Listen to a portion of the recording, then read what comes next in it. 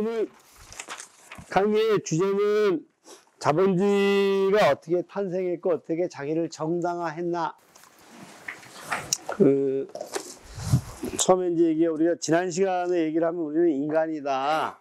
그리고 인간은 다양한 경험을 가지고 이제 살고 있고, 그리고 그 경험들의 맥락들 속에서 공동체에 나와서 좀 더 나은 나의 삶, 좀 더 나은 공동체에 대해서 말하는 존재다. 그 얘기가 196에서 197페이지 얘기거든요. 그래, 그때 얘기할 때 플라톤은 이제 국가론을 가지고 왔는데, 거기에 좀 읽어보면 플라톤은 국가에서 장인들은 지금처럼으로 지금 노동자들인 건 거죠. 일해야지 먹고 사는 이 장인들은 자신들의 일과표에 따라 업무에 몰두하느라 공동체 일에 관심을 갖지 못하고 참여하지 못한다고 비판한다.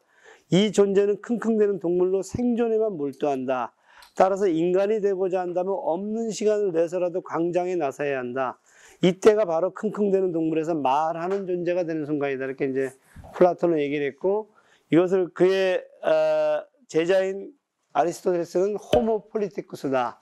인간은 정치적인 존재인 거고, 정치적이라는 것은 뭐냐 하면 폴리스에 나와서 폴리스 속에 사는 사람인 건 거다. 그래서 폴리스는 이렇게 말하는 존재들이 모여서 공공성도 만들어내고 법도 만들어내고, 그리고 더 근본적으로는 평등과 자유에 대해서도 경험하고, 이게 인간이다. 그래서 우리가 그것을 지난 시간에 이제 공화국이다, 이게 이렇게 얘기를 했죠.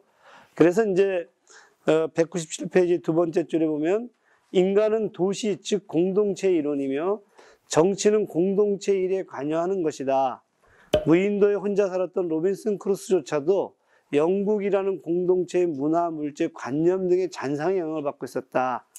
페리클레스는 아테네에서 각 개인은 자신의 일에 대해서만이 아니라 정치 공동체에 대한 일에도 관심을 갖는다. 우리는 정치에 관심을 갖지 않는 사람들에 대해 자신의 일에만 전면하는 사람이라고 하지 않고 아테네에서 하는 일이 없는 사람들, 인간이 아니다라고 얘기한다. 이제 그래서 사실 우리가 정치적인 인간, 호모 폴리티쿠스를 어떻게 할 거냐 그랬는데, 지난 시간에 저희가 이제 이게 공화제가 있다.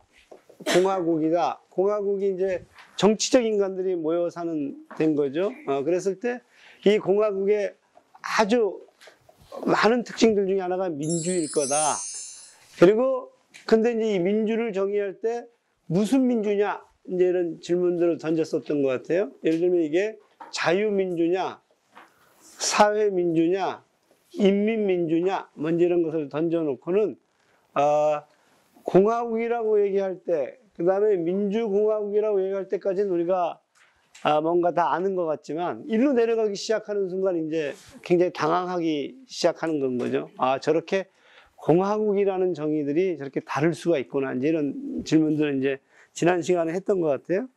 그래서 이제 오늘은 이제 자본주의가 공화국이라는 정치 경제를 만들어 냈던 건데, 중세 봉건제의 어떤 공동체를 이제 민주공화국이라는 어떤 새로운 체제를 만들어내는 건데, 그게 과연 정의로운가? 그리고 거기에 우리가 살아도 되는가?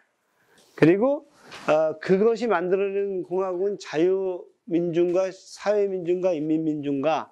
그리고 우리 한국은 어떤가? 이제 이런 질문들을 좀 이제 제기해보자. 이제 이런 얘기인 것 같아요. 그래서 이제 저희가 이제 요거를 보는 관점을 얘기할 때, 저희가 이렇게 정체 삼각형을 얘기하잖아요. 어떤 정체 삼각형이냐면, 그러면 나는 어떤 관점이 내가 살고 싶은 공동체의 공화국이라고 할 거냐. 그래서 여기까지는 뭐 다 동의하니까, 여기까지는 별 얘기 안 하는 거지. 인간다운 세상이니까.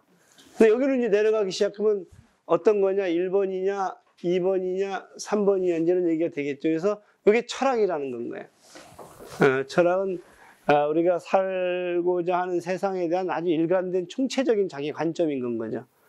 그런데 이러한 방향은 구체적인 정책이나 제도를 통해서 이제 구체화가 되는 거죠. 근데 정책과 제도는 일로 내려오기 시작하는 순간 상당히 이해관계가 다르거든요.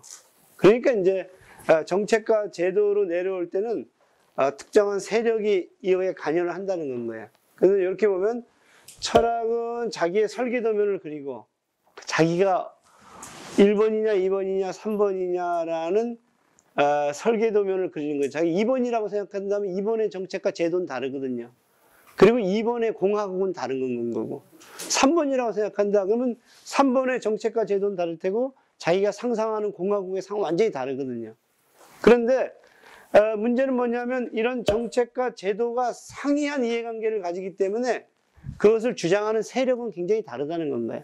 그래서 이제 우리가 여기 모여서 상상하는 건 뭐냐면 내 철학을 가진 것이 표현되는 정책은 뭐냐 하는 설계 도면이 있다는 건가요.